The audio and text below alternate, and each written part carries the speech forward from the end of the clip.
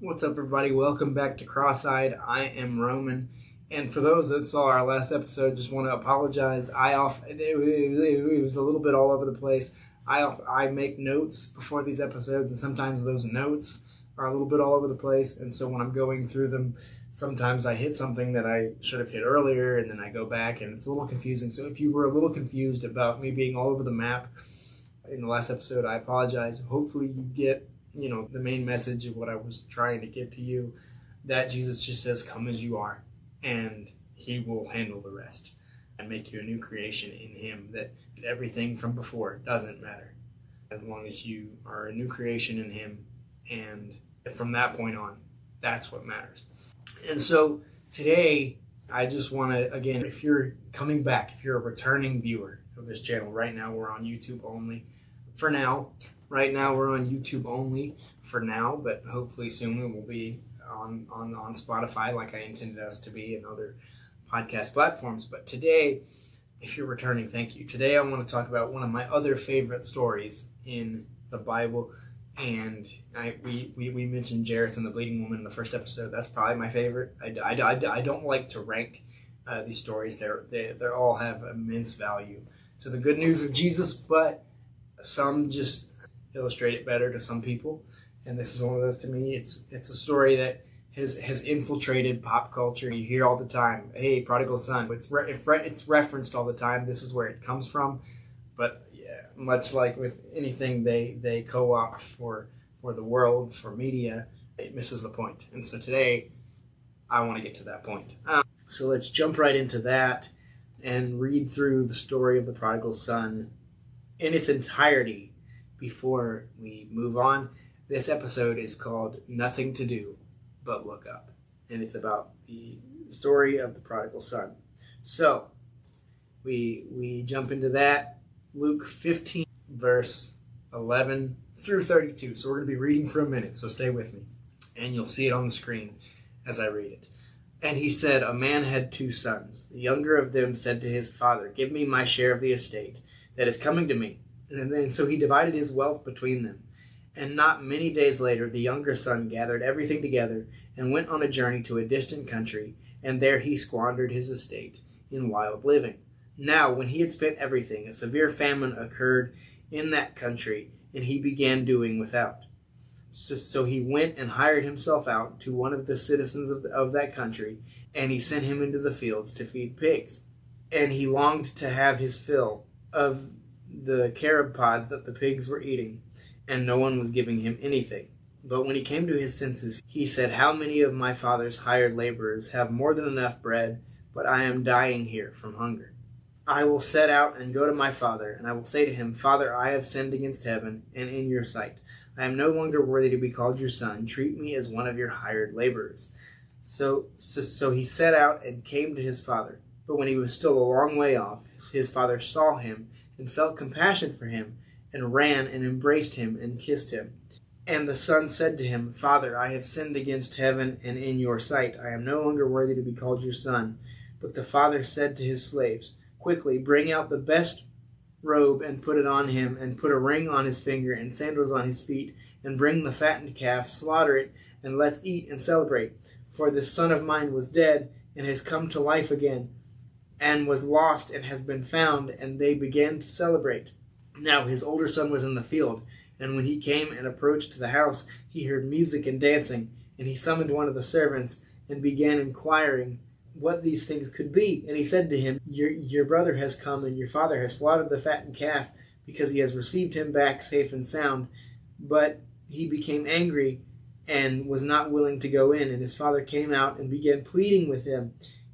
But he answered and said to his father, look, for so many years I have been serving you, and I have never neglected a command of yours, and yet you never gave me a young goat, so that I might celebrate with my friends. But when this son of yours comes, who has devoured your wealth with prostitutes, you slaughtered the fattened calf for him. And he said to him, Son, you have always been with me, and all that is mine is yours. But we had to celebrate and rejoice, because this brother of yours was dead, and he has begun to live, and was lost, and has been found. So there was a lot there. But just to go through that, because there were some things in here that were pretty important that the text kind of says in just a few words and moves on. So I want to draw some lines there, give some more context here. And so the first things first. The prodigal son, in the first few verses, it says a man has two sons. This is Jesus telling the story, by the way, to his followers. The first verse says man has two sons. The second verse, the first thing that happens after it is established that the man has sons, one of them says, give me my inheritance. Give me what's coming to me. And this is not as simple a request as it seems. In Jewish culture at this time, asking for your inheritance was essentially the inheritance that's going to come to you when your father dies. This son is essentially saying, you're dead to me. I don't care about you. I just want my money that I'm going to get when you die. I want it now. He's essentially severing his relationship with his father for money.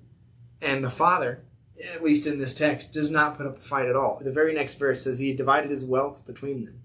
And not many days later, the younger gathered up everything together and moved to a distant country and squandered the living in wild living. And later, the brother says, squandered it in prostitutes. So you can imagine all the ways that this son just blew through the inheritance that he asked from his father, that for all intents and purposes to him is now dead.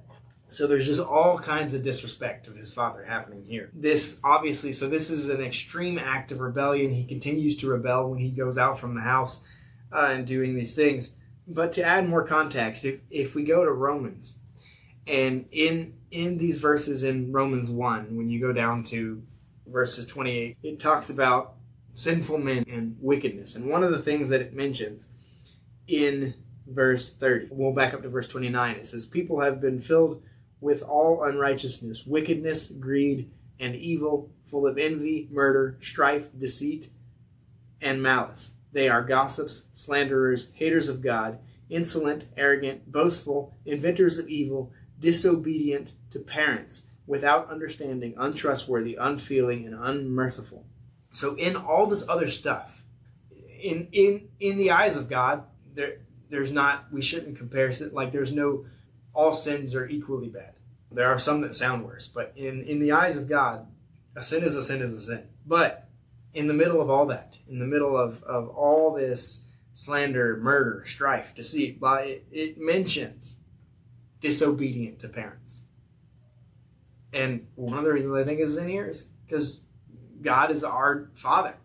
So he's drawing that comparison. And this is Romans, so it's written by Paul, drawing that comparison, saying disobedient to parents is a sin. And one of the 10 Commandments says, honor your father and mother. And this isn't just acknowledge they're your father and mother and respect them while you're young, but it's also respect them as an adult, take care of them when they're older. So disobeying your father and mother is against the 10 Commandments as given to Moses. It's considered a great sin. So obviously here, not just culturally, but biblically, the prodigal son taking his father's wealth and therefore signifying, oh, you're dead to me, is a sin because he's not honoring his father, and then blowing that inheritance on quite literal partying and prostitution and all this sort of stuff. So then it goes on in Luke to mention that he squandered everything, and then a famine hit, so he had no choice.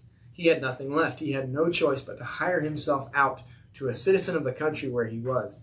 And the only job that he could get, the only job that this Jewish boy could get, was feeding the pigs. And in the Old Testament law, in the Torah, that, again, if we go back to the first episode where we talked about if you had all Jewish boys were intended to go to Hebrew school, and if you failed out, you went to the occupation of your father. Part of the Torah, Leviticus, the law of Moses, that is the Torah. So you go down to Leviticus 11:7, specifically, it talks about, and the pig, for though it has divided hoof, and so it shows a split hoof, it does not chew cud, it is unclean to you. You shall not eat any of their flesh, nor touch their carcass. They are unclean to you. So this specifically says, there's a list of other animals in here too, but verse 7 specifically mentions pigs as unclean. Do not touch them. Do not eat what they eat. Do not eat them. Do not stay away from them. So as a Jewish boy, being relegated to feeding pigs is quite literally about as low as he can get, until he gets so hungry that the pig food, the pellets, starts looking good to him. He says, I can't eat anything else. No one's giving me anything else. Those look good. So I envision this boy in the dirt, in the mud, in the pig poop, in just dirty as dirty can be, has no choice. He's at rock bottom. He's on his back, in the dirt, in the mud, in the filth, stone broke, has nothing left. He squandered every penny of his father's wealth. And he has no choice. He's dying in a pig pen.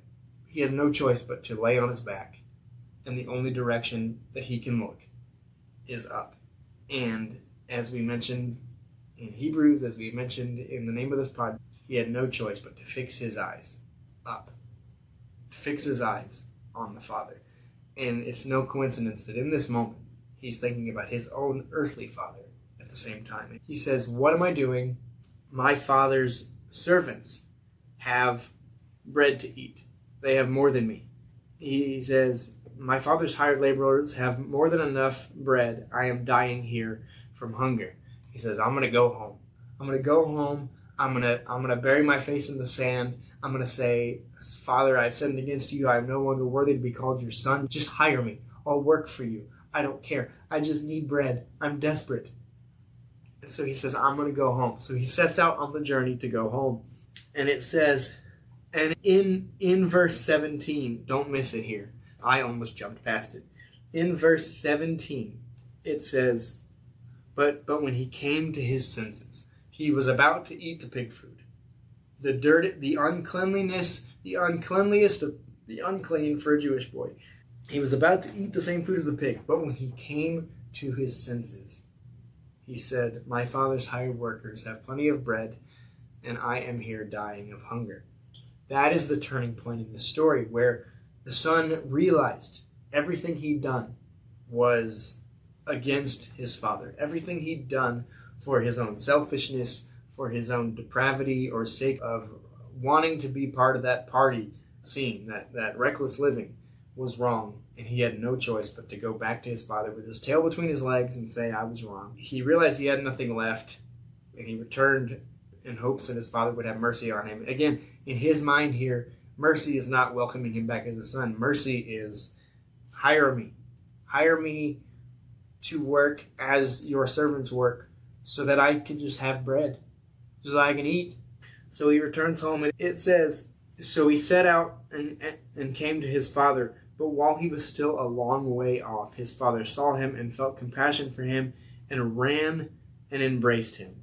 And this is significant because, again, going back to Jewish culture, especially for a wealthy man, as this father was, you don't run.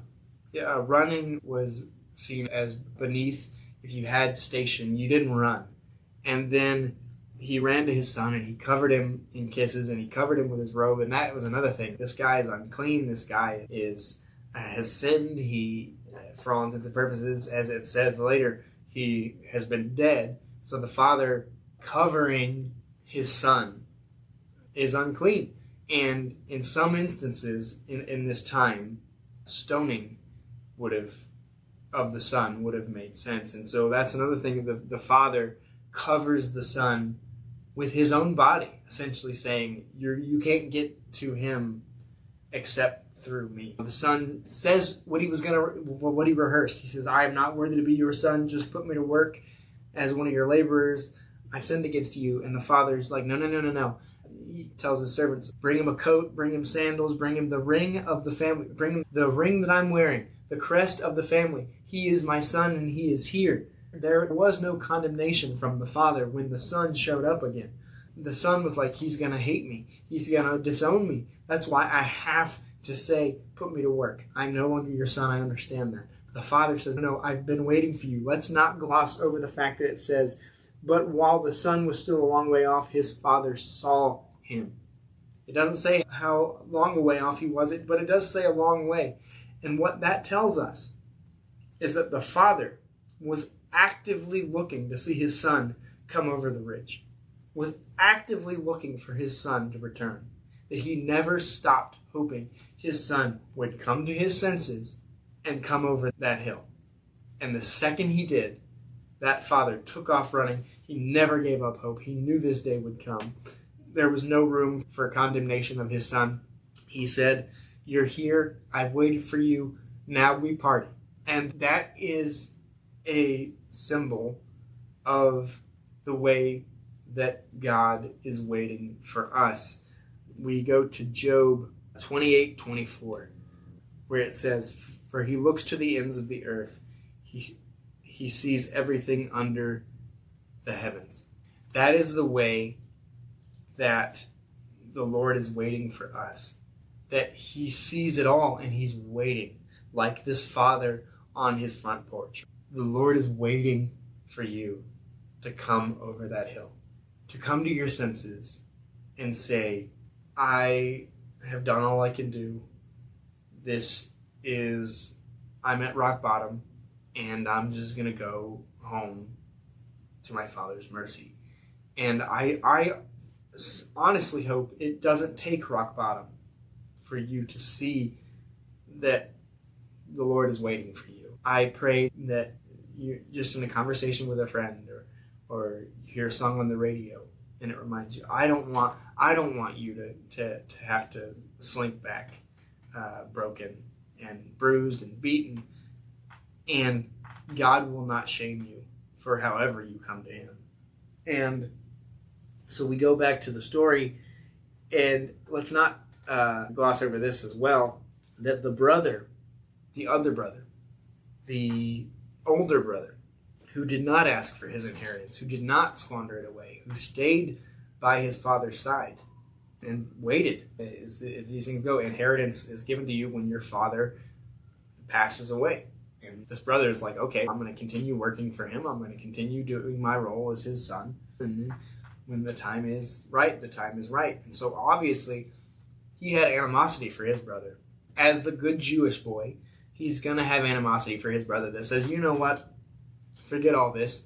I want my money now. And so he's obviously feeling animosity for his brother. And it comes out in verse 25 when it says, now the older son was in the field, and when he came and he approached the house, he heard music and dancing, and he summoned one of the servants and began inquiring what these things could be. And he said to him, your brother has come, and your father has slaughtered the fattened calf, because they receive him back safe and sound. But he became angry and was unwilling to go in.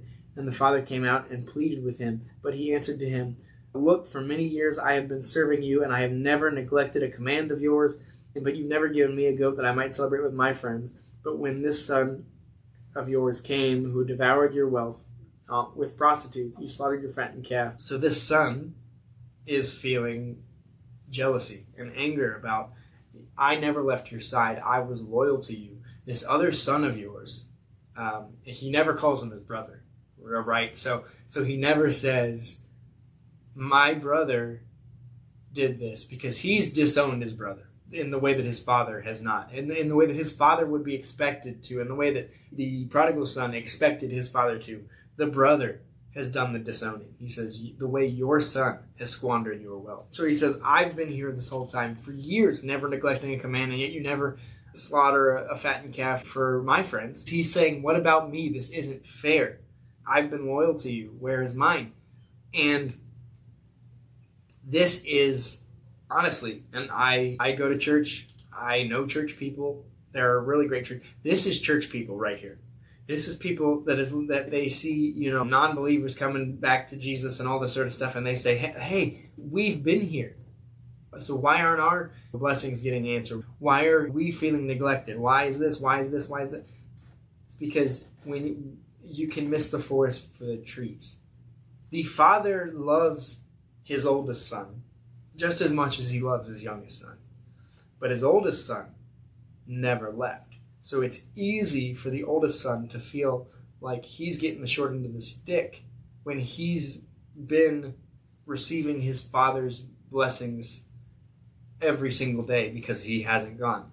The other son has seen the bottom. The other son was thought to be dead. The other son needed the father's attention at that moment. So it's easy for the older brother to be like, what about me? But instead he should be rejoicing that his youngest brother is home again and safe and alive, and he's back the way that the Father welcomes us all back when we stray away. Other believers should be rejoicing with the one more, with the fact that we have somebody back in the fold, that we have that person that needed to hit rock bottom, that needed to go away going back to the analogy that I've used before, I think on the last episode about Jesus being a father hiding in a closet with no doors on it. Sometimes we need to go away from Jesus so that we can experience the joy of returning to him. And that's what's happening here, is that the oldest son never left. So it can be easy for him to be jaded about the situation that he's in. He's missing the forest for the trees. And the father is running through the forest to get to his son who's been in the desert this whole time. And so this one of the reasons I love this story. It symbolizes God's unrelenting love, that we're never too far gone to come back, to turn around. We're never too far gone to turn around. And Isaiah 59 verse 1 says, "Behold, the Lord's hand is not so short that it cannot save, nor is his ear so dull that he cannot hear." That he's always waiting for you to call out. His hand is always outstretched for yours to meet his. And even though sometimes it may not feel that way, all you have to do is turn around. And the second that this son came back, and the key verse here, before I do this, is Romans 5 verse 8. It says, "But God demonstrates his own love toward us in that while we were still sinners, Christ died for us." And the Father in this story is Christ, and the Son is us. He never stops waiting for us, that while we were still sinners, while we were doing things that were against God, that God hated, he was still waiting for us. He still loved us. And so this here, the older son experienced self-righteousness. He experienced like, hey, since I've been obedient, I should be receiving the love, rather than the one that went away. And it's the father reminded him of everything he had was already his. The brother has the same things that he's handing back to the younger son right now. The son was lost. And now, like, he's giving him the sandals, he's giving him the ring, he's giving him the cloak. The older son already had it, and he had forgotten because he'd been in the field, and his loyalty had clouded his own view of his blessings. And sometimes, and I can speak from experience, sometimes it's hard to see blessings in our own lives, especially when we feel like we've been in a situation of struggle or a time of difficulty. It can be hard to see our own blessings, but they are there. And this highlights God's grace, that there's nothing we can do to earn this. The son was willing to work for his father's appreciation again. The father's like, no, you are my son. You are welcome here. Everything I have is yours. It was a gift the father was freely giving to his son just for being his son, because he loved him. And 1 John 1:7 says, "But if we walk in the light as he himself is in the light, we have fellowship with one another, and the blood of Jesus, his son, cleanses us from all sin." So God is always ready to welcome us back to him. Romans 8 says, if God is for us, who can be against us? As it is illustrated by when the father covered up the son when he first came back. As I mentioned, this was symbolic of sometimes people who went away would be stoned. And so the father was literally shielding his son. Romans 8:35 says, "Nothing can separate us from the love of Christ." Romans 8:38 says, "No sin, mistake, or distance is too great for God's grace." And so with all this, again, this is one of my favorite stories because it shows us that no matter what we do, the youngest son did everything he could to dishonor his father. He asked for the money, saying, "You're dead to me." He went far away. He squandered it. prostitutes, wild living. He got a job with the pigs that were considered unclean. Everything he did brought dishonor to his father, who was wealthy and well respected. And even still, the second his father, who was watching and waiting, saw his son, he ran to him. And he covered him with kisses, and he clothed him, and he gave him a ring, and he welcomed him back into the royal family. And he did all these things, and despite the bitterness of the older brother, it was still a celebration. If you feel lost, look up. God is waiting for you. Maybe you just can't see it right now, but God is waiting. No matter your past, Jesus welcomes you home. So I want to pray for us today that if you need him, just look for him. He's not hard to find. He's like a father hiding in a closet with no doors on it. He's not hard to find. You just have to look. So please pray with me. Dear Lord, I thank you again for these listeners, not for my words, but for your lessons and your teaching, and that they can experience the love you have for them. And maybe I don't have all the right words, and maybe I don't have all the right answers, but I am just a vessel for your words, for your lessons, for your love, to reach out to them and cover them in a warm hug that they need, because this world works so hard to get them to believe anything but the promises you've made them, that they are worthy, that they are loved, that they are welcomed back no matter how far away they've strayed, that they are your children, and you are waiting to welcome them back to the family of God. And I pray that if these words bless them, that they go out and they tell other people, that we can make heaven more crowded, because there is space enough for all of us. You call all of us to you, just like Adam and Eve before the fall, before sin entered the world. They were in a perfect relationship with you, and your one desire, your only desire, the desire that was formed after the fall, that immediately your rescue mission was put into place involving your son, even though it was thousands of years later, that the ultimate goal was to bring everybody back into perfect union with you, the same way that this prodigal son went away, squandered everything, sinned against his father, came back, and was welcomed as if nothing had happened.